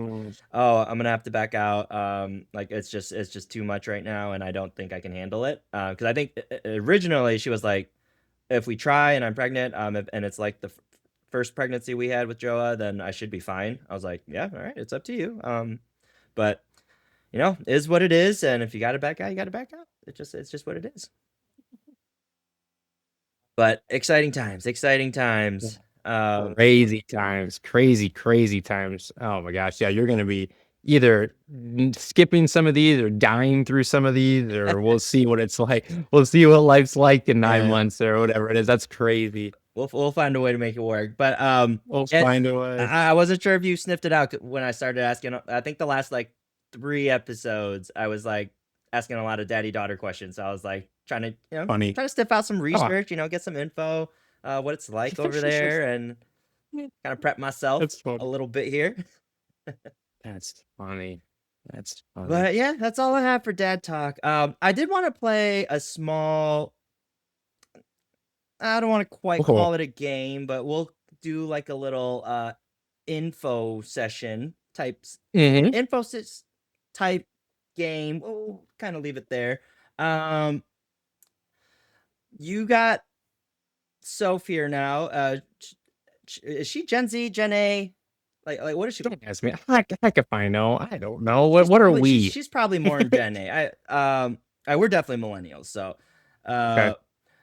But man, some of this new Gen Z slang going around, and I don't know what's gonna be around quite when Soph becomes of age where she's picking up slang and stuff. Um, She's Gen A. Just so okay. yeah. Okay. So Well, they both are. I will try to do my best to keep our audience in tune and in the know of all these Gen Z slang, Gen A slang, or what's to come. There's a couple I hope you haven't heard of. Sure, I haven't. We'll just do a couple here and there as we go when we have the time. Let's start off with skibbity. Have you heard of skibbity? Gibbity. Definitely not. If I had to just take a random guess in heck of what the heck that word means, yeah, I would have to ask if it's a verb or a noun. I don't even know. Like, are we like throwing something? I don't even. Yeah, I got nothing. I got Okay, nothing. well, I'm gonna give you a little bit of the history first. So it's from a YouTube. I don't want to quite call it a series. Like Channel. it's weird because it's literally a human head, like a animated human head coming out of a toilet. So the show is called Skibbity Toilet. Okay. Sadly enough, if you go through Target or Walmart, you will actually see Skibbity Toilet products, like action figures and books and things of that nature. What does this word mean? But it's not necessarily like what does it mean? It's more just like a fun word. Oh my gosh, it's like 6, 7. I'm supposed to like just Yes. like feel it out. Yeah, it could go both ways. It depends on the rest of the context of the sentence. So like Oh you no. could say like skibbity riz, and that's like, just cool or like fun riz, riz is also a slang term for like charisma, like you got game type thing for any millennials out there. It's just game. But yeah, skibbity is just like I would almost call it an adjective at this point. I don't know quite what else to call it. But yeah, don't ever let your kids watch the show. It's very acid trippy, mushroom trippy. Like it's a very, I don't know how kids ever found it. And I don't know how it got popular, but There's a lot of that on YouTube. Like no joke. Like my kids, they found this. So Peppa Pig's a huge show for kids. There's this like zombie Peppa like off-brand remix, and I think they do this for a lot of shows where they just take the show and make them all zombies and like they dub the voices, and it's silly. like around Halloween time or something to make it. But it's very acid trippy, and then like they'll just randomly do super inappropriate things. Like it's just, I don't know, it's just dumbest. I don't understand who takes the time to make these stupid videos. Like who's like, I don't understand. Yep. But you're talking about something different. Yeah, You're talking about. I'm gonna say you're 0 for 1. 0 for 1. Yes, no, I'm we're just definitely 0 today. for 1. Have you heard any kid, or maybe even say Ohio in a slang context? So careful with slang, because my girls are supposed, Sophie specifically, will watch a show for a certain amount of time and she'll develop the accents of the characters. So like we watch Peppa Pig, it's a British show. She'll start talking British. She says water. That's awesome. I love yeah, that. no, she's very like a sponge in that way, where That's she will, yeah. So she's really good. So my wife is pretty good at voices, and Sophie's pretty good. So at this point, so she's definitely a little my wife, which is hilarious. So, I got totally off track there. Where are we going with this? So Ohio is the word. Ohio. Yeah. No, I got nothing down on slang. Ohio. No, she didn't. No, nothing. So I actually love this one, and I actually started saying it, and I think some of my family members have too, because we're all Michigan State fan, or like we all went to Michigan State, and one of my cousins went to U of M, but we all hate Ohio. But it's funny how this came to be, but the word, they use it in the context of like lame. So they'll say like, this is so Ohio, and they'll be like, this is so lame. Good. That's so good. No, we need to use that more. I can love use that. That is so, I don't know who started that, but they were genius. I'm in on that one. Oh, yeah. Ohio's a horrible state. Like, I think that's pretty much across the board. Like, Ohio, Florida. Like, I don't even know what's third, but like, those are easily top 2. Oh, yep. But you're 0 for 2. You are 0 for 2 in this Gen Z slang game. Yeah, but I'm gonna use number 2, so we'll it'll be a loss, but we're gonna change it. All right. The last one for today is, and this one is a little bit newer. There's actually a streamer that's kind of made this a little bit more popular, but it stems from the gaming streaming industry. The word is goop. If you need it in a sentence, let me know. Well, yeah, because like I come in like a little bit of a construction manufacturing world, so when I hear goop, like we're putting some type of adhesive on something and we're gluing things together. Like, like I mean, are we in the same world? Like, No. like what? No. Okay, go for it. All right. What is goop?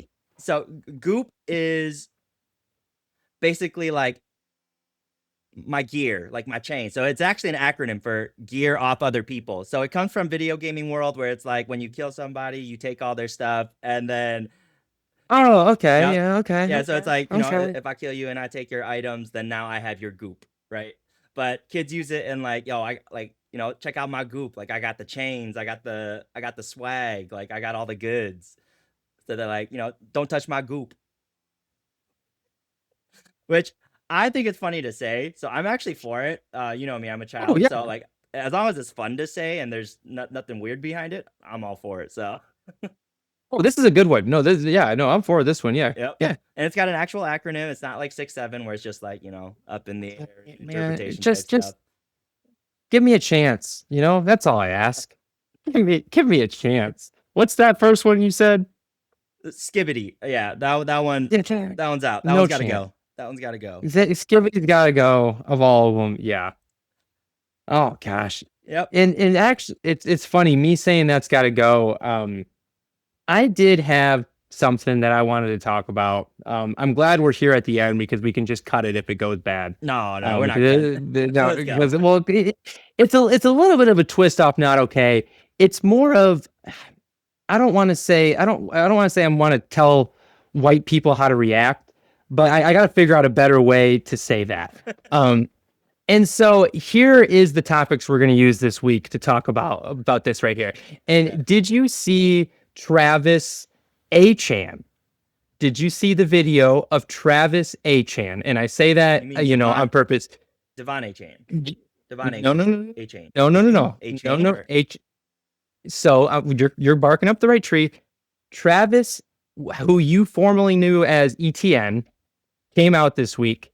Dude. So hold on. Wait, okay. We're gonna take Okay. we're gonna take our time with this. We got the video. So actually, if you look in the discussion, we have the video, and then we also have the spelling that he gave after the video. So he was interviewed. So I'll talk about this first. So we talked about the NFL free agency already. We could have brought Travis Etienne up. He went from the Jaguars to the Saints. So Oh, Etienne's with the actually, I Saints like now. that. Yeah. So that could be a big one. Actually, we probably buried the lead. He probably should have been drafted. So he is from Louisiana, and so he said that and we can play the clip. Do you got the clip up here? I do not. And okay, well, either way, we'll make sure Josh will get it up there for us. So he explains to everybody how he wants his last name pronounced. It's a very common thing for people who are born overseas, or even people in the South. And so the reason I wanted to bring this segment up is you made a face originally, which everybody did. I did too. When somebody who has the last name spelled Etienne, who we all thought was pronounced Etienne, says, I need that word pronounced Achan. And if you just look at, and he even spells it in his interview, he even says Achane. And I don't know. And the way he says it, he does put a little bit of an accent on it, but not really, not enough to like to make you think. Like sometimes when you like Antetokounmpo, like it took us a while to get that one. Like I don't know, I'm just thinking of names. Either way, this is an absolutely ridiculous way to pronunciate those letters. Like there is. I was literally just gonna say, is it French rooted? And it is French rooted. I could see it. Okay, there you go. That helps. Okay. So that actually helps. So what I was gonna say was, as a person, as he says this to you, you know, a lot of people are gonna, you know, number one, they're just gonna say no, bleep you. Like I don't care that you want me to say your name this way. Like, well, essentially, they're telling him he's wrong. So, like, what I would tell you is, you can't tell somebody that is telling you how to pronounce their name that they are wrong. So that is what I look as when I said at the beginning, I wanted to tell white people how to react a little bit. The one way you can't react is by telling him that he is wrong. Travis Achan is not wrong.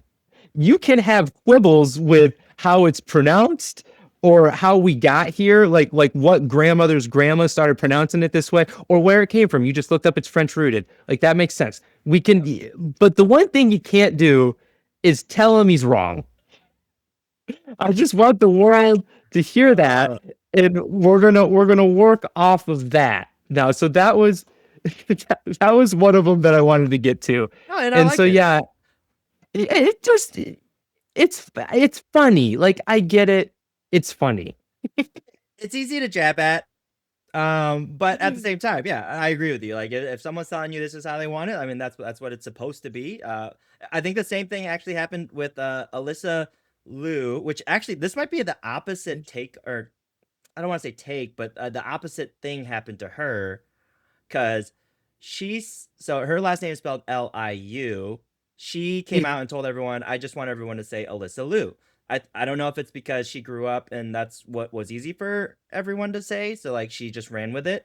Kind of like how I did with people, you know, when people struggled with saying Ho Young, which is my full name, I just shortened it. I was saying, say this instead. Yeah. So I don't know if it's a similar context, but it's funny because like after she came out and said that, all the Chinese people were saying, well, technically, if you spell it Liu, that's a completely different last name in China. So like you can't say Liu and spell it Liu because now it's two totally different things. But then I was like, well, I don't know. She wants to say it. Let her say it. It's fine. I mean, I get win. Yeah, I don't know. So she was just in a losing game because neither side was going to accept it either way. She can't win. Yeah, but yes, same thing with like Korea too. I guess it just sucks like when you have like kind of a international last name, could just get poked at from both sides. But it's crazy because like even my last name can be spelled in multiple different ways. Like there's Jung and there's also Chung. But if you see Chung, you're not going to say it like Jung, right? You're going to say, how would you say it? Interesting. Chung. Yeah. So Chung and actually Jung in Korean would actually be turned into Jung, right? There is no Chung last name. Well, there is, but like it's very less common. So most people that do Chung are actually still Jungs in Korean. Yeah, so we had a friend here. Yeah, that's like that. Yeah, so we had a little bit of that. I think when my last name first started, it could have been Senna, and it's been switched to Cena just from years of being in America. And I don't know if it's easier to pronounce or what it is or why it happened, but I do believe that's what happened. And I don't know. The names are weird. The generations, things change. Is that how it would normally be pronounced? Like it would be Senna? Oh, yeah. The pronunciation is Senna, absolutely, Senna. Yeah. Oh. So if you're in a Hispanic, on Senna, 100%, yeah, 100%, yeah. So in a Hispanic speaking country, you would say Senna for sure. Okay. It's good to know. Now I did have one more, and this one has to do. So this one has to do with the Grammys, and the Grammys, sorry, the Oscars. The Oscars are tonight. We're recording 3:15. I think we talked about this, and this is. It's a very similar conversation, I think, that was around Black Panther, and that's the movie Sinners. So now, very popular movie, very specific to Black culture, and the only thing I'm going to say to white people is, you're allowed to not like the movie. You just can't say, I don't like it because there's not enough white people. Like, that's pretty much it. Like, you're allowed to not like these movies. Like, you don't have to be self-conscious and, like, go into it thinking, like, I'm going to be viewed as racist if I don't like the movie. It was the same thing with Black Panther. It's the same director. There's, similar vibes. Like, if you didn't like Black Panther, there's a good chance you didn't like this one. Yeah, I mean they're not the same movie. They're two completely different movies, but it's the same director. Like you're gonna have similar feels.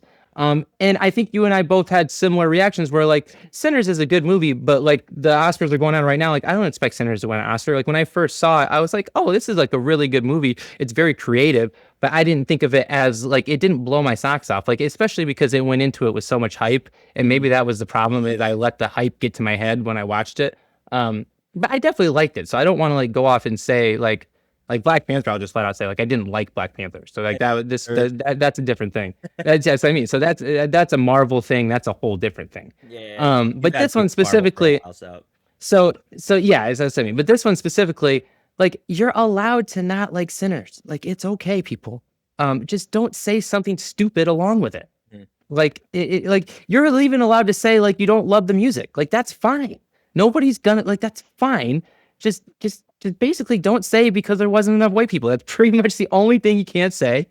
And then you're fine. So and I know you've seen Sinners, and what did you think? Like, did you like that one? We're talking about it because the Oscars are on right now, and it might win Best Picture. Honestly, there's a good chance. Like, it's totally up for the running. Yeah, I thought it was really cool. I also was on the same lane of like hearing too much about it at first and like having really high expectations, which I think kind of hindered my own bias for it. I thought it was produced really well. The writing was very interesting. It was a story that like actually kept me entertained. I didn't necessarily like how it ended. I had a little issues with the, like some plot holes that I might have found. Well, that maybe I didn't feel like it was answered to the degree that it could have been.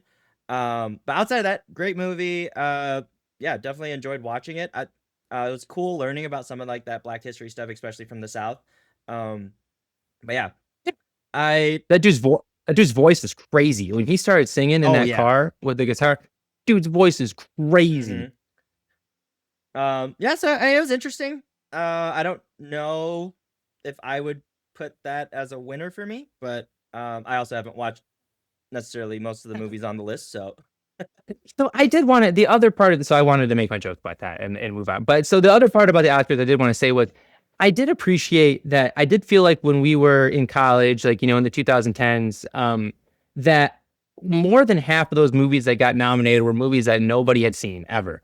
And I do feel like the Academy has done a little bit better at giving us movies that at least like we've seen, and like it makes sense that these, you know, these movies are getting nominated for Best Picture because they were very popular movies. Like people actually watched them. Like I do feel like that it has to be a little part of, you know, did anybody watch your movie is part of winning Best Picture, just a little bit, just the tiniest bit.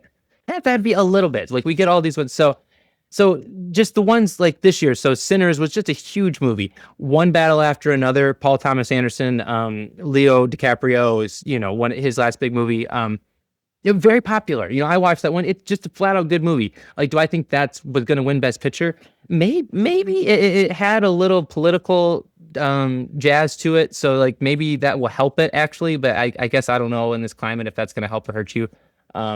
But then other movies like F1 got nominated where I wouldn't like, again, really good movie. Like when I watched it, I didn't think like, oh, this is Best Picture winner. But man, when I watched that one, like that's one you got to see in theaters where it's like that one just shakes your body.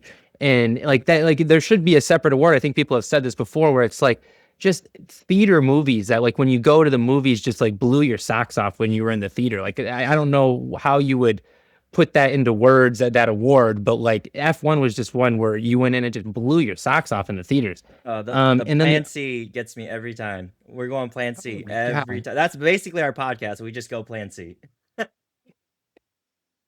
and then Marty Supreme, the other one. So you got Chalamet, like you got top actor, popular movie, you know, for me, a little sports take on it too. So that's fun. I mean, even though ping pong is, you know, I guess sport, you know, is that a sport? Is that not a sport? We can have that conversation, but you know, there's competition in it. And that was a really good movie, really popular movie. So I just appreciate that, you know, I was just trying to figure out, I don't think they've announced Best Picture yet. It's 10:35 Eastern.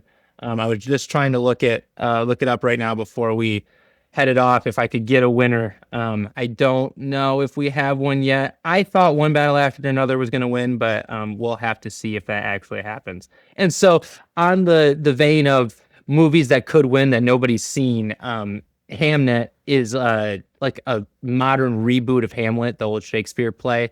So like that would be the one that would win that nobody's heard. That's your classic. Yeah, I'm not sure if anybody's actually seen that. Bugonia was the one on there that I've been keeping. That's been on my list that I want to watch. It looks like a very quirky, like That's Emma Stone though, right? Emma Stone one. Isn't that Emma? Yeah. So, but even with her, like just the fact that she's in it makes it, in my mind, like popular enough or mainstream enough, like that. Like we'll watch that movie because I mean Emma Stone's is popular. Like that's A-list. Like that's as popular as it gets. Yeah. My biggest qualm with it, like just the Oscars though, is like, is there even an animated movie that's ever won Film of the Year? Like, I just feel like they'll just get through. Like, you can win animated Film of the Year, yes, cool. But how come if it's in the animated category, you can't win Film of the Year too? Or like, has it ever happened? I don't recall a time it's ever happened. Doubt it. But like, even with K-pop Demon Hunter, like I would be surprised to know the numbers on this. Like, did it not just destroy all the other movies on the list of views and sales and whatever you want to call it? Here, no animated film has ever won the Academy Award for Best Picture. There have been 3 that have been nominated, though, and all 3. Do you want to guess, or do you want me to give them to you? Well, you probably will. I mean, you are they all recent? Are they all recent? So I'll give you the years, and this will help. This will give you a chance. So 1991 was the first one. I'm thinking like Bug's Life or Toy Story. But, so it's you're right with that one. Toy Story is wrong, but you're right. These are giant. Well, 2 of the 3 are. The one in the middle is funny actually. That they got nominated. So 91 was Beauty and the Beast. So Beauty and the Beast got nominated. Wow. And the next two are 2009 and 2010. And one of them is a trilogy. So one of them is the third, and it's more than a trilogy. But you just named it. So I'll give you Toy Story because you named it. So Toy Story 3 got nominated. Really? In 2010. You got it. And this is a funny one, especially for our show. If you were on the street and somebody walked up to you and said, you look like an animated character, what movie would you be from? Up. Up was nominated in 2009 for Best Picture. Wow. And that is why I always say it's in my top 3. Holy crap. That just gives my argument that Up is a top 3 movie, like animated movie. Oh my God. I love that. But so yeah, there you go. But yeah, so it's so they probably never had a chance. So I mean, especially Up, not the other 2.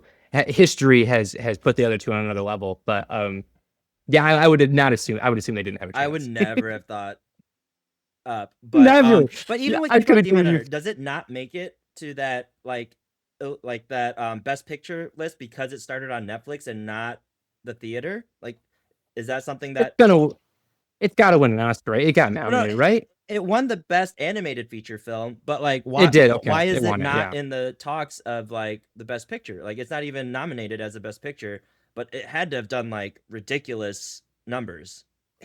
So this award is maybe a hybrid of what I was saying, where it's like the Fast and the Furious when they were making $500 million a movie. It's like just the most like popular, like just the thing that brought the people together. Like just, like 5 million people watch this on the same day or something. Just, you know what I mean? Like, like to your point, like K-pop Demon Hunters is that movie this year. Like, I remember when my wife was bringing that up, I was like, what the heck are you showing me? And now it's like, even when I was going to basketball games, it's like every now and then you'd put that on as your hype up song. Like some of those songs are super hype. Yep. Like, it just is the truth. I'm sorry, people.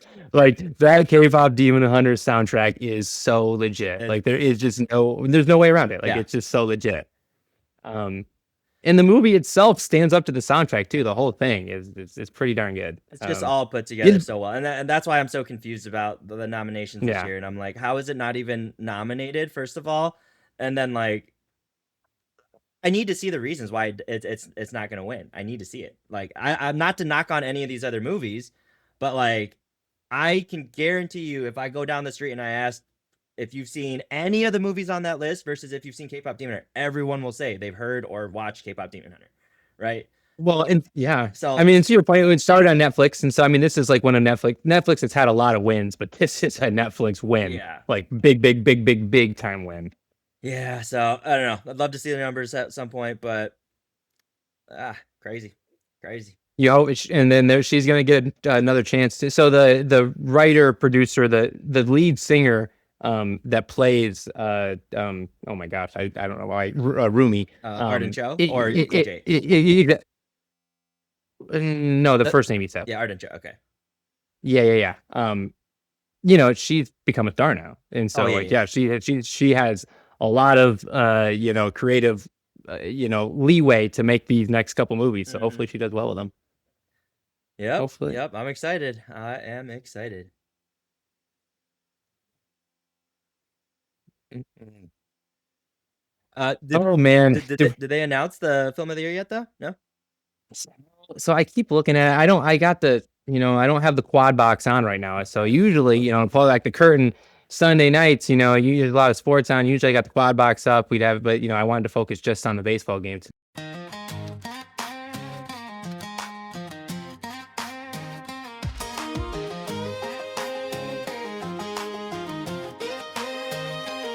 Alarm clock rings before the sun. Another day already begun. Lunch boxes, backpacks, missing shoes. Cartoons instead of morning news. Coffee's cold, but the love runs deep. Promises that we try to keep. We're fixing bikes and broken toys. Raising girls and raising boys. We wouldn't trade it for the world, but every now and then we need a turn. Leave the kids, go have a beer. Even daddy needs a break a few times a year. We're superheroes without a cape, but we love nights out to stay up late. Talk some sports, laugh too loud, forget the bills and the noisy crowd. We love our life, make no mistake, but even daddy needs a break. Saturday morning, soccer fields, Band-Aid snacks and steering wheels, bedtime stories every night, monster trucks and spooky lights. We're the jungle gyms and taxi rides, the don't tell mom and the daddy vibes, living on snacks and dad joke gold, running on Celsius and nursery rhymes. We're proud of every little scar, but sometimes dads just need a bar. Leave the kids, go have a beer. Even daddy needs a break a few times a year. We're superheroes without a cape, but we love nights out to stay up late. Talk some sports, laugh too loud, forget the bills and the noisy crowd. We love our life, make no mistake, but even daddy needs a break.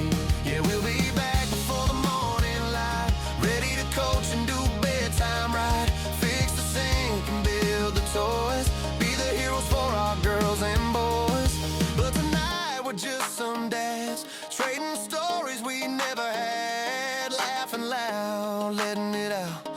That's what brotherhood's about.